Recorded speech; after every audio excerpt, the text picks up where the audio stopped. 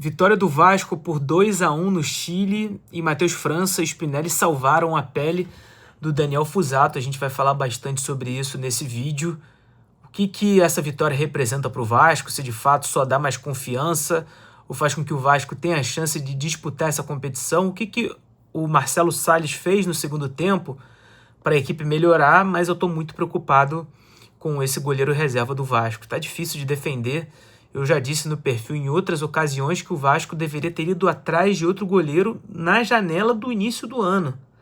E não foi, para mim precisa ir no meio do ano, porque Fuzato já teve recortes muito preocupantes. E o goleiro reserva tem uma característica diferente do goleiro titular. Ele precisa aparecer mesmo sem ritmo de jogo e mostrar o mínimo de confiança. Não tão bom como o goleiro titular, a gente não está exigindo isso. Mas ao mesmo tempo ele precisa garantir o mínimo de confiança. Para mim, no lance que o Vasco sofre o gol, o Saldívia erra em recuar a bola em direção ao gol, mas o Fuzato deveria ter pelo menos o básico, mínimo da agilidade e impedir com que essa bola chegasse ao gol. E o Vasco sofre esse gol contra uma equipe muito, mas muito fraca tecnicamente.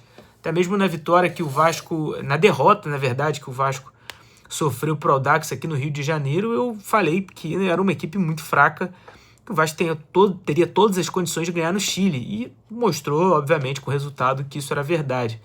No segundo tempo, o Marcelo Salles opta por tirar o Tietê e o JP, que estavam completamente abaixo, fora da rotação, lentos, não contribuindo nas fases ofensivas e muito menos na fase defensiva.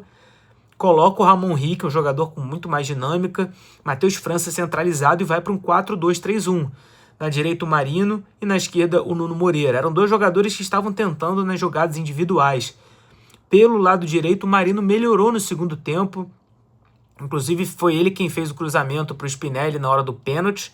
E estava tentando muitas jogadas de 1 contra 1. Era um jogador que está tentando voltar ao bom futebol que fez com que o Vasco contratasse do Atlético Nacional. O Vasco consegue chegar ao empate no Spinelli, que tem presença diária nesses jogos de Copa, ele é fundamental, dá um bico como tem que fazer, e chega a virada num jogo surpreendente com o Matheus França, né? E é outro ponto que a gente tem que abrir aqui também nessa nossa conversa. Até o momento eu ainda acho que o Matheus França não disse para o que veio no Vasco.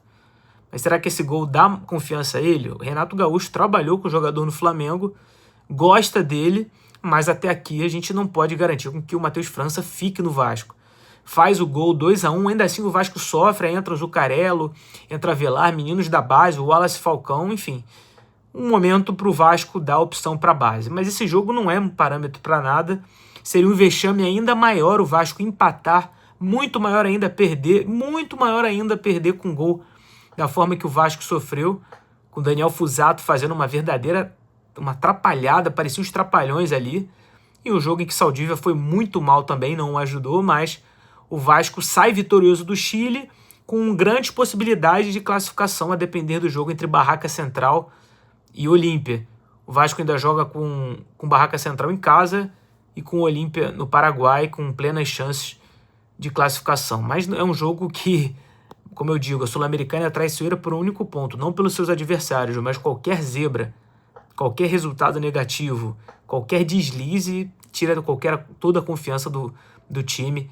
E o Vasco pelo menos conseguiu virar com 1 a mais na maioria do segundo tempo e saiu vitorioso. Mais um jogo em que Renato Gaúcho sai vitorioso, apesar de ter ficado no Rio de Janeiro, e o Vasco encaminha, na minha visão, a classificação, dependendo só dele. Agora, Copa Sul-Americana não pode ser prioridade e eu concordo com o Renato Gaúcho. Isso não significa que o Vasco vá fazer vexame como estava fazendo. Foi muito mais para tirar uma zebra, um vexame, do que dá alívio de qualquer tipo de resultado, mas dá confiança sim para a partida contra o Atlético Paranaense no domingo, em que o Vasco vai ter que vencer. 3 pontos serão fundamentais. O que você achou então dessa vitória do Vasco por 2-1? Comente aqui embaixo, se inscreva no canal, deixa o like, comente, é claro, quero saber sua opinião. Vamos rumo aos 3 mil inscritos, falta muito pouco.